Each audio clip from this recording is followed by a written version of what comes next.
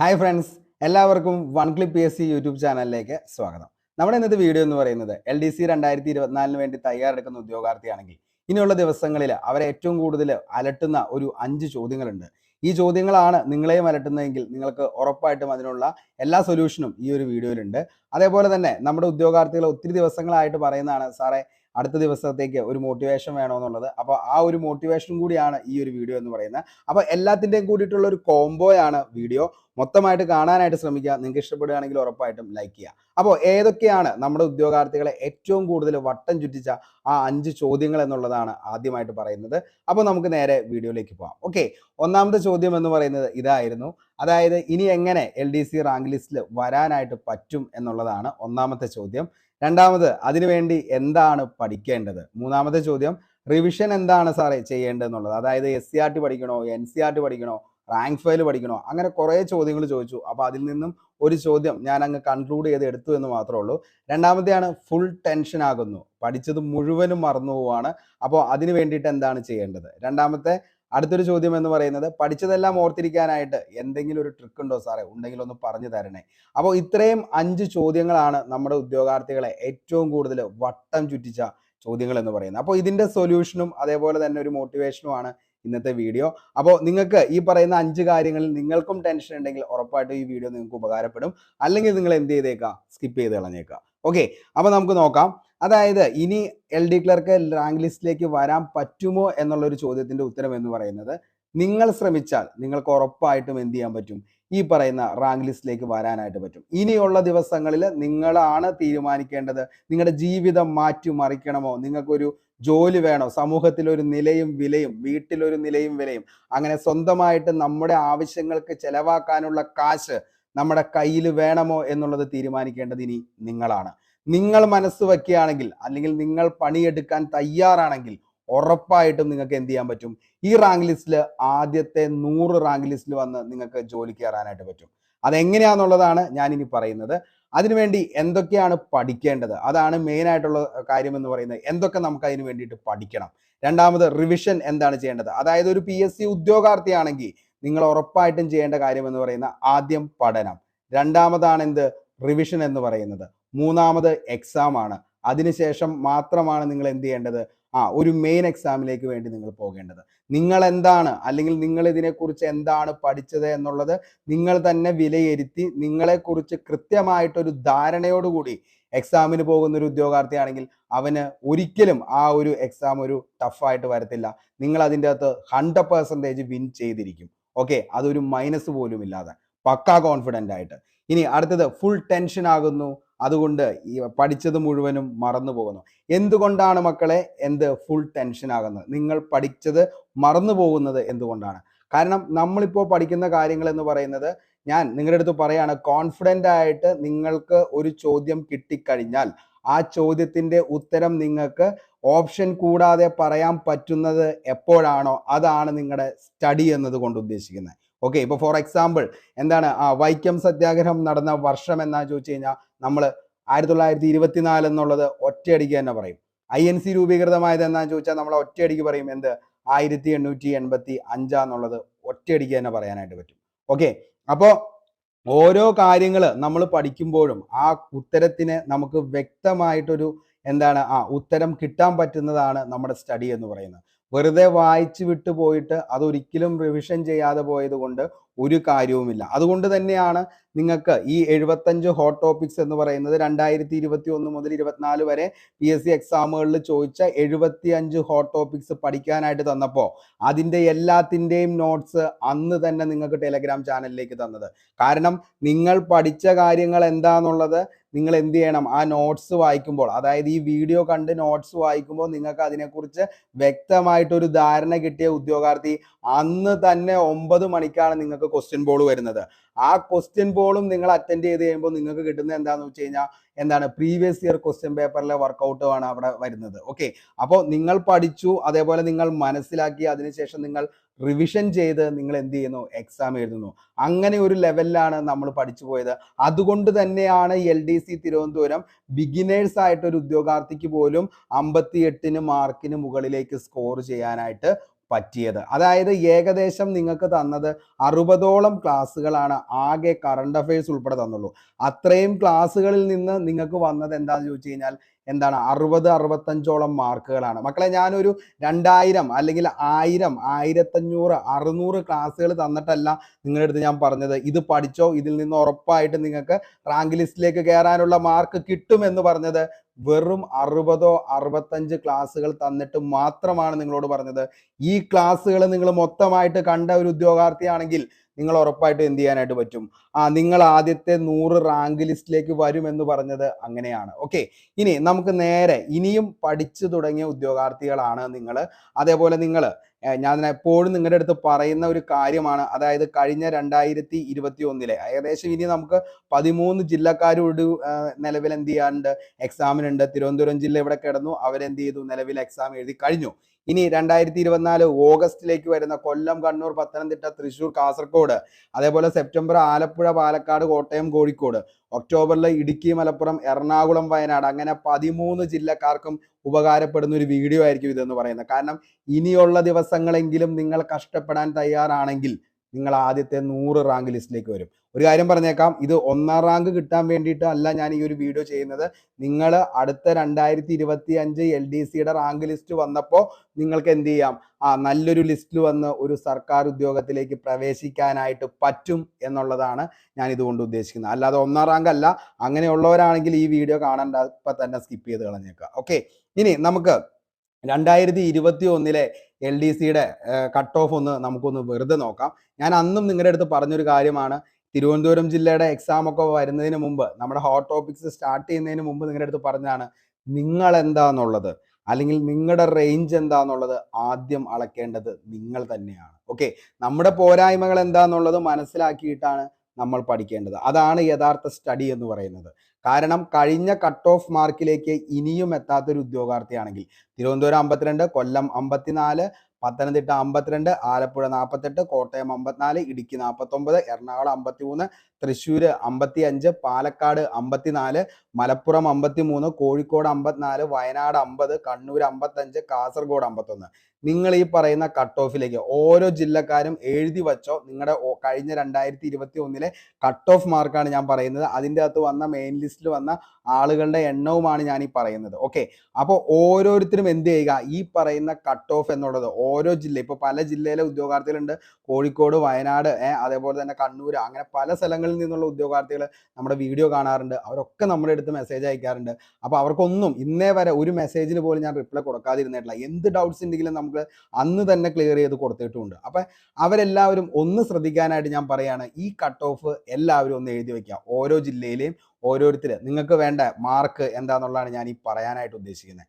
ഈ കട്ട് ഓഫിലേക്ക് കഴിഞ്ഞ LDC തിരുവനന്തപുരത്തിൻ്റെ question paper ചെയ്തപ്പോൾ നിങ്ങൾ ഈ കട്ട് ഓഫിലേക്ക് എത്തിയിട്ടില്ല എന്നുണ്ടെങ്കിൽ നിങ്ങളുടെ പഠനം മാറ്റണം. കാരണം നിങ്ങൾ പഠിച്ചുകൊണ്ടിരിക്കുന്ന മെത്തേഡ് അല്ലെങ്കിൽ നിങ്ങളുടെ സ്റ്റഡി ഓഫ് വേ എന്ന് പറയുന്നത് ശരിയല്ല.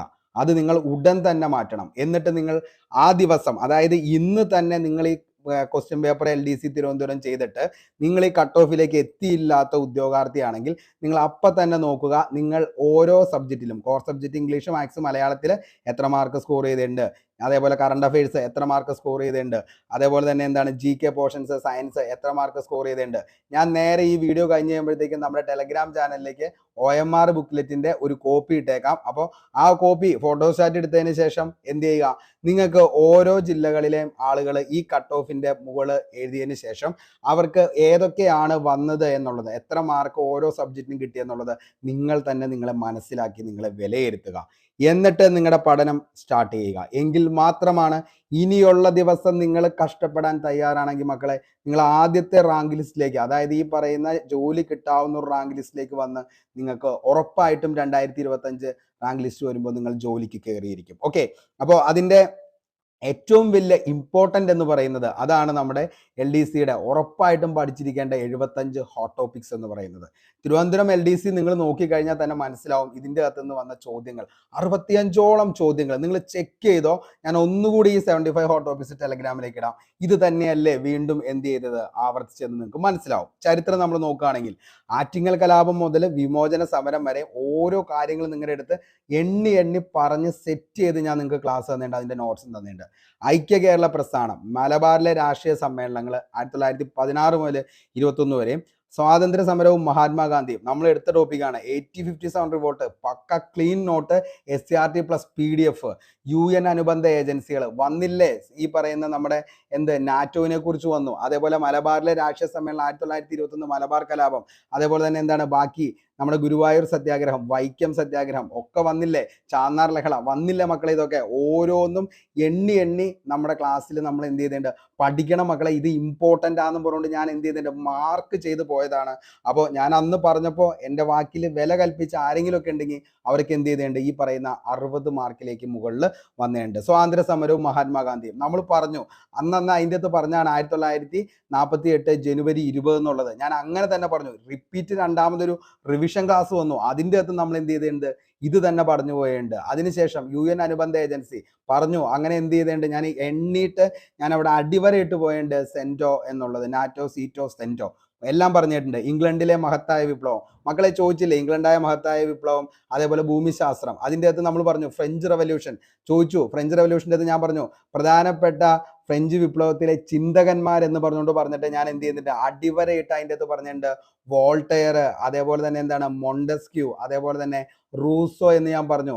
ചോദിച്ചില്ലേ, അങ്ങനെ തന്നെ നമ്മുടെ അടുത്ത് ചോദിച്ചു എന്താണ് സ്പിരിറ്റ് ഓഫ് ലോ, അല്ലെങ്കിൽ എന്താണ് നിയമങ്ങളുടെ അന്തസത്ത എന്ന് പറയുന്നത് ആരുടെ കൃതിയാന്നുള്ളത്, മൊണ്ടസ്ക്യൂവിന്റെ കൃതി. വളരെ വ്യക്തമായിട്ട് ഇന്ത്യൻ ഭൂപ്രകൃതി, കാർഷികം, ഇന്ത്യയിലെ ധാതുക്കളും ധാതു അധിഷ്ഠിത വ്യവസായങ്ങളും, അന്തരീക്ഷത്തിലെ പാളികൾ, സ്ട്രാറ്റോസ്ഫിയർ, ട്രോപ്പോസ്ഫിയർ ചോദിച്ചു. കേരളത്തിലെ കൃഷി ഗവേഷണ കേന്ദ്രം, കേരളത്തിലെ വന്യജീവി സങ്കേതങ്ങൾ, സാമ്പത്തിക ശാസ്ത്രത്തിലാണ് ഈ ദേശീയ വരുമാനം പഞ്ചവത്സര പദ്ധതിയിൽ പാലിക്കാൻ നീതി ആയോഗ് പറഞ്ഞ് സെറ്റാക്കി പോയ സംഭവങ്ങളാണ് ധനകാര്യ സ്ഥാപനങ്ങൾ. ഇനി ഇന്ത്യൻ ഭരണഘടനയാണെങ്കിൽ മൗലികാവകാശങ്ങൾ വന്നു. ഭരണഘടനയിലെ നിയമനിർമ്മാണ സഭ, വിവരാവകാശ കമ്മീഷൻ, മനുഷ്യാവകാശം, ഇലക്ഷൻ, ഭേദഗതികൾ ഞാൻ പറഞ്ഞു. ഇത്രയും ഭേദഗതികളെങ്കിലും പഠിച്ചിട്ട് പോകാനായിട്ട്. അപ്പോൾ അതിൽ നിന്ന് നമുക്ക് എന്ത് ചെയ്യാൻ പറ്റും, സോർട്ട് ചെയ്യാനായിട്ട് പറ്റും. സാർവത്രിക വോട്ടവകാശം, സുപ്രീം കോടതി, ഹൈക്കോടതി, കേരള ഭരണ സംവിധാനം എല്ലാം അങ്ങനെ ഓരോന്നും വളരെ വ്യക്തതയോടുകൂടി തന്നെ നമ്മുടെ ഹോട്ട് ടോപ്പിക്സിൽ നിന്നും ചോദിച്ചു പോയി. നിങ്ങൾ ഇത്രയും ഹോട്ട് ടോപ്പിക്സ് പക്കയായിട്ട് പഠിച്ചു പോയതാണെങ്കിൽ ഇനി നമ്മൾ ഇതിലേക്ക് പോവുകയാണെങ്കിൽ സംഖ്യകളും അടിസ്ഥാന ക്രിയകളും,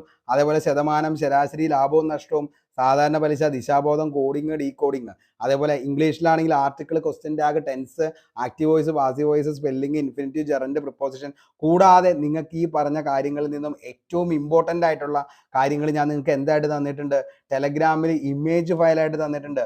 യങ് വൺ ഏതാന്നുള്ളത്, അതേപോലെ തന്നെ എന്താണ് മാസ്കുലിൻ, ഫിമിനിൻ, അതൊക്കെ ഞാൻ എന്താണ് നിങ്ങൾക്ക് ഇമേജ് ഫയലായിട്ട് തന്നിട്ട് മക്കളെ ഇത് ഉറപ്പായിട്ടും പോണേക്ക് മുമ്പ് പഠിക്കണം, പഠിച്ചിട്ടേ പോവാമോളൂ എന്നുള്ളത് പറഞ്ഞു തന്നു.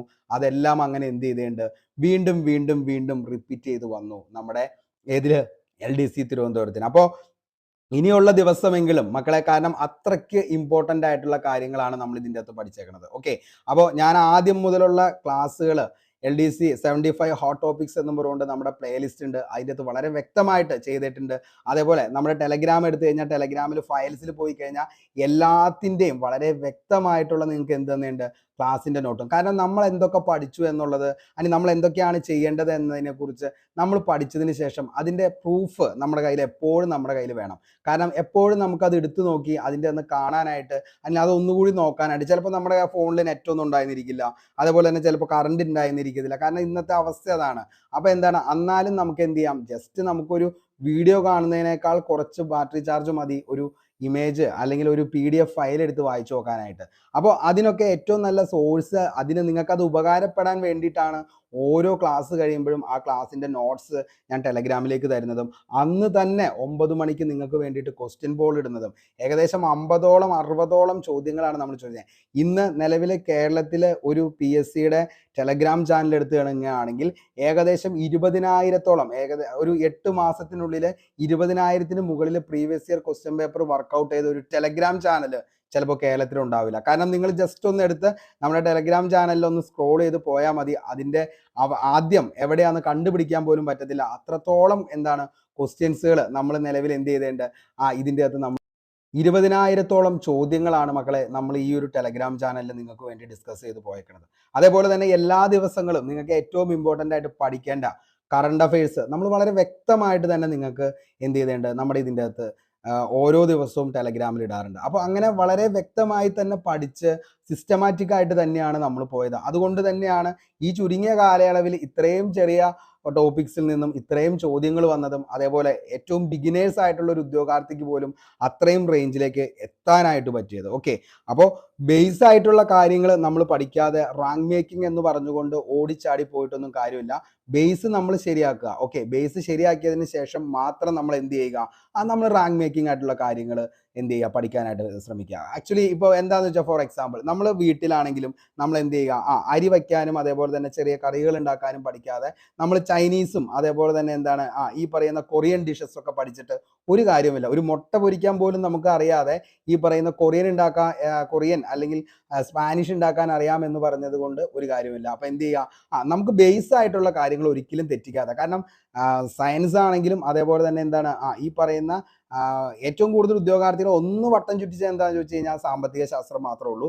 ബാക്കിയെല്ലാം നമ്മൾ പഠിപ്പിച്ച കാര്യങ്ങളിൽ നിന്ന് അങ്ങനെ തന്നെയാണ് വന്നത്.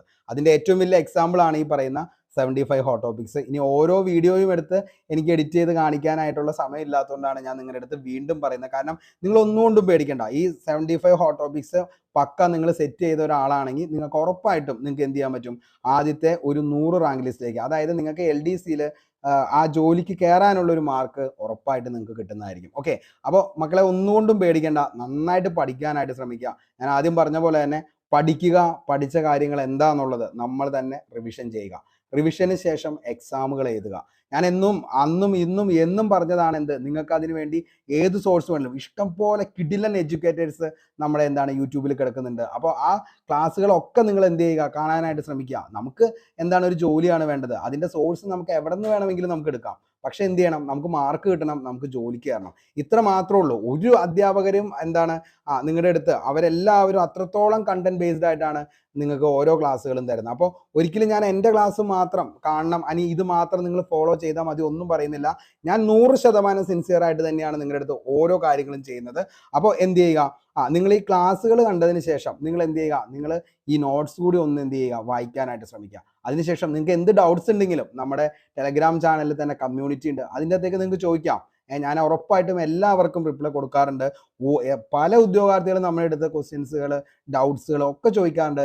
എനിക്ക് പറ്റാവുന്നതിൻ്റെ അത്രയും ഞാൻ അത് എക്സ്പ്ലെയിൻ ചെയ്ത് വളരെ വ്യക്തതയോടുകൂടി തന്നെ പറഞ്ഞു കൊടുക്കാറുമുണ്ട്. ഓക്കെ, അപ്പോൾ എന്ത് ചെയ്യുക, നന്നായിട്ട് പഠിക്കാനായിട്ട് ശ്രമിക്കുക. ഇതെല്ലാം ഒന്ന് കംപ്ലീറ്റ് ചെയ്യുക. അതേപോലെ തന്നെ എന്ത് ചെയ്യുക, നിങ്ങൾ ഈ പറഞ്ഞ പോലെ തന്നെ എന്ത് ചെയ്യുക, ഈ പറയുന്ന ആദ്യത്തെ 2021 കട്ട് ഓഫിലേക്ക് നിങ്ങൾ എത്തിയോ എന്നുള്ളത് ആദ്യം തന്നെ ചെക്ക് ചെയ്യുക. നിങ്ങളുടെ മൈനസ് എത്രയാണെന്നുള്ളത് നിങ്ങൾ വിലയിരുത്തുക. നിങ്ങളുടെ കോർ സബ്ജക്റ്റിലെ മാർക്ക് നിങ്ങൾ വിലയിരുത്തുക. നിങ്ങൾക്ക് എന്താണോ വേണ്ടതെന്നുള്ളത് നിങ്ങൾക്കാണ് അറിയാൻ പറ്റുന്നത്.